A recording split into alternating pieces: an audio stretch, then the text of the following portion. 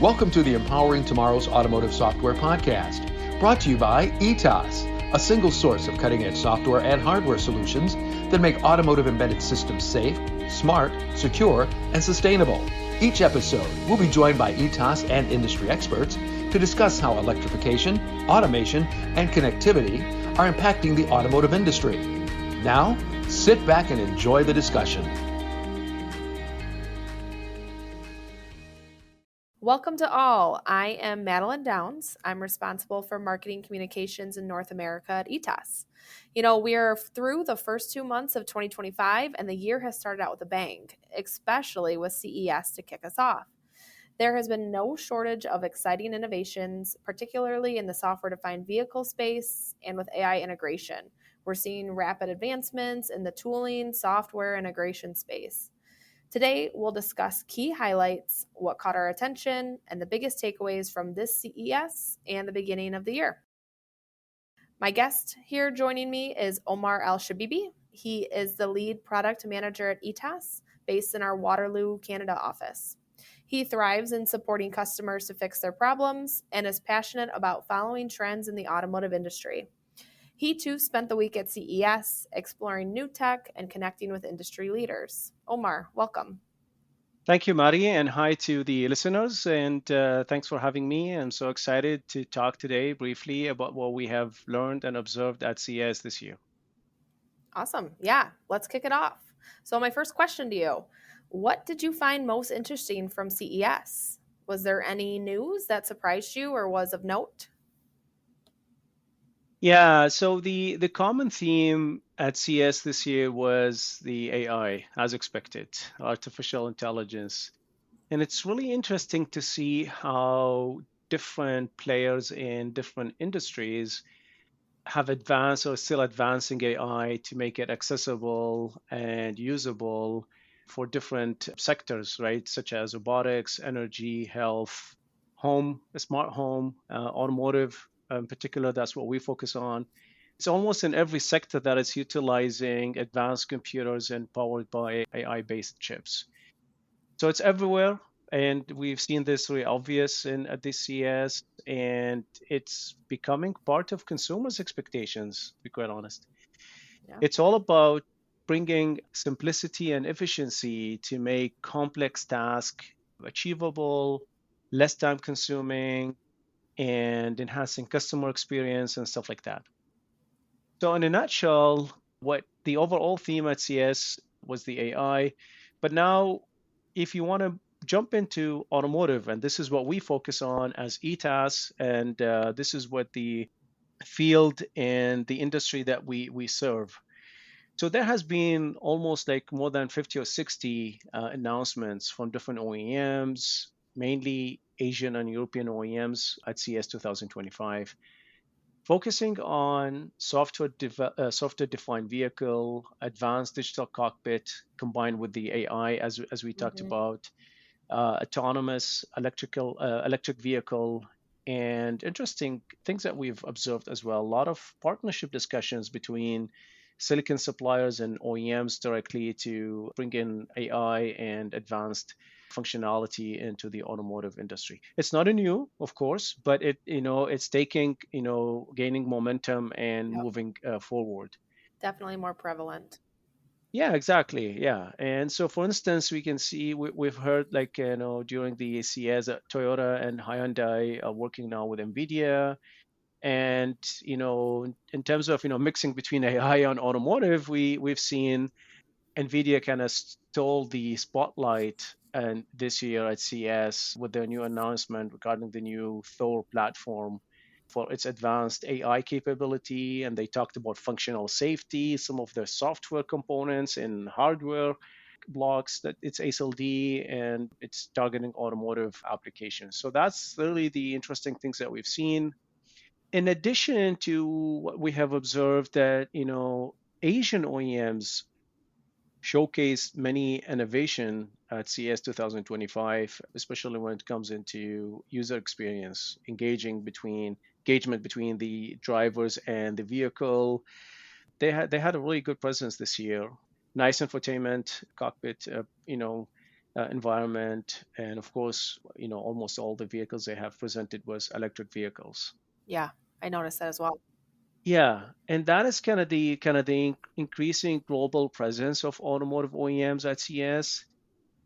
But let's focus of US based OEMs. That was kind of the Hmm. thing that we've observed that one. It was an interesting to see how the dynamic is changing and moving from having, all the global OEMs presence, but we did not see this year that much of US based OEMs at CES, unlike Yeah. last year and the year before. That was kind of Yep. a different thing. Yeah. Definitely, yeah. More and more, the show is based in the U.S., but and for the Yeah. automotive space, that's almost the only thing that's part of the U.S. in some ways, for sure. Yeah, yeah, of course. But a lot of AI companies were driving the advancement, kind of US-based companies, and we can see this clearly. But for the particular thing is the automotive industry that we have not seen, that much focus of from the North American or US-based OEMs. So how does that relate to us? And how do we bring this into ETAS and our journey when it comes into SDV? We have showcased our wide range of software-based portfolio, focusing on advancing AI solution. And the message we're trying to push for the audience within the automotive ecosystem is that ETAS is paving the road for efficient way of enabling and advancing software functionality for HPC and overall architecture through the tooling and middleware capabilities and all the software functionality that could run on ADAS sensors and what have you. The good thing that we've also presented our embedded AI coder that has the ability to generate C code from a trained neural networks for embedded systems to improve efficiency, reduce costs, simplify development, improve time to market. It goes back again to the overall big theme of AI, how to bring simplicity and efficiency to the consumer, and how ETAS is actually bringing that simplicity, efficiency, improve time to market to the automotive market. So that kind of maybe that was a lot of nutshell here, but this is the yeah. Yeah, yeah, no, thank you, Omar. No, and that's great. I think definitely too, I was able to see that embedded AI coder that we showed, and that was really it was a nice demonstration to really show how we're starting to play in that space. And like you said, I think every other automotive company that showcased, and even automotive adjacent company that showcased something at CES talked AI. And like you said, it's been around now for about a year or so since it's really exploded, I think. But not a day goes by now that I don't either utilize AI in my day to day work or at least have a conversation evolving around it. So definitely, thanks for the insights. So, the industry it's still crazy and busy and lots of announcements are coming out. So, what other big trends have you seen so far in the year, and what are things to watch regarding especially SDVs as we get into 2025? So what I see, of course, from listening to the big players and observing how the automotive ecosystem is moving, there are a few things that we need to watch, and probably some of them is already happening. We see the silicon suppliers, the system on chip silicon suppliers having more influence into automotive landscape and driving technology trends. This is true, and this is not new again, but there's a lot of influence happening, especially how you develop, deploy, and drive the market. There's always a technology push and market pull, right? So we can see there's a balance. There's a lot of technology push from different players here. We try to adopt and resolve customers' problems, but also we can see we can see some market pull, which eventually will get bigger and bigger. Evolution on the silicon suppliers that it's happening to accommodate and support all the requirements for autonomous vehicle, and that it's coming, and how to enable software enabled fleet. We talked about AI. Now also we need to bring in AI back again into the discussion here. I see like multi-model AI technology will be advanced and can be utilized in automotive manufacturing, advancing software development through car digitalization and so on, right? So You can, pick and choose between text or image to change it to whatever you want, data into an image and stuff like that, which, of course, this is used in a consumer market in a different Mhm. industries, but eventually they will be used as a tool to enable, the personalization and customer experience when it comes to interface with the vehicle to advance that SDV functionality and SDV experience. Yeah, definitely. That's great insights. And, obviously, us in the industry, when we talk SDV, we always, or at least personally, I can say I always think of the vehicle itself and building to that proof point, right? But, the average consumer, the average driver, they don't necessarily care what's under the hood or what computers run the car. But those multimodal AI technologies will really make the difference and impact as we move towards SDV for the end consumer. Really that personalization that we always talk about becoming that proof point and really seeing it expand even incrementally as we move towards the SDV with the cars that are on the road or just the next generation versus maybe 5 to 10 years out in the market. All right, awesome. These are great insights. So, the final question I wanted to chat with you on is where do you think we are in our journey towards SDV becoming more mainstream? And, both, I would love to hear your insights, both, on the industry as a whole and for us here at ETAS.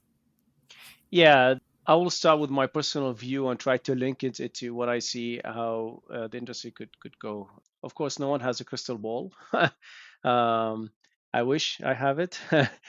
But my personal view on this is that SDV journey has started already, and whether it's partially or gradually, the functionality will be deployed by different OEMs globally, and it will start with, based on the maturity of the solution, and focusing on how could you bring in safety, bring in all the sensor fusion into the car, how to enable that interface between regular interface between the vehicle and the OEM to prove efficiency, increase customer, enhance customer experience, provide that feedback loop between the vehicle and the OEM. So that journey has started. It's being implemented, and it's different from one OEM to another based on needs, market, geographic, and stuff like that. This will take, in order to get this into a real solid deployment of SDVs, you need to have a real collaboration from all different industry players like OEMs, tier ones and tier twos, and all the software providers that we talked about. And the key point that I wanted to link between the SDV journey and what we discussed before on the, the SDV in general outside the CS, it's how OEMs can differentiate themselves, right? What value you're adding into your product, right? And how you make the use and interface with your product, it's in a different way compared to what you had in the past. And that is what now it's changing consumer behavior, right? I buy a car now that it's actually, capable of connecting my phone, interface with the vehicle as if it's my phone, getting all the ADAS sensor data to protect me when I'm driving, having the ability to get a report when my car needs maintenance, and sends back information to the OEM to improve the design of my car in the future or fixes things. So that kind of thing, it will eventually become a consumer and market expectation to have such functionality in your car when you buy or lease your vehicle. So I think that it's what it's going to happen, and we at ETAS we are pushing towards that message and trying to enable our customers develop and being efficient and driving all the different software components of building blocks. I call them Lego pieces that we've developed and we continue to develop to connect the dots between what OEMs want to offer and what ETAS can offer here, and bring that flexibility and increase adoption of software defined implementation. Yeah, so that's kind of the nutshell what I feel. And of course, we'll continue to monitor the market and work with our partners and customers to make this reality and push this forward. Awesome. Yeah, those are super valuable insights, great insights. And that's why, like we talked about in the beginning, your passion for staying on top of these trends and keeping kind of your finger on the pulse there is definitely apparent. And that is why I was so glad that you could join us today. This has been great. These insights have been super valuable. And, especially like you said, this industry is evolving so rapidly. And so for you to continue to monitor and for ETAS to continue to monitor and to see where we can support, our customers and potential customers as we're on this journey and make this transition, it's been awesome. So, talking about AI is everywhere. Many global players in the automotive industry, especially at CES, I think everyone is talking AI. You can't escape it. Many partnerships were announced and advanced in the industry, we're working together towards achieving that SDV adoption. And it's been very interesting for me to see silicon and SoC suppliers becoming more and more integral and influential in the automotive industry, as you spoke about. So, and like you said, this journey on SDV has already started. So we will continue to work openly and collaboratively as an industry to continue to push towards mass adoption for sure. So Omar, thank you for joining us. Again, loved talking with you, loved chatting with you, and looking forward to continuing our conversations throughout the year. And I'll turn it back to you. Yeah, absolutely. And thank you again for having me in this discussion. And I look forward to discussing different topics in the future. Awesome. All right. Well, everyone out there in podcast land, thank you for listening. This now concludes our episode, so please check back soon for a new one. Thank you for joining this episode of the Empowering Tomorrow's Automotive Software podcast. Please leave a comment or review with your feedback or what you'd like to hear in future episodes. To learn more about automotive embedded systems and ETAS's capabilities, visit our website at ETAS. That's ETAS.com.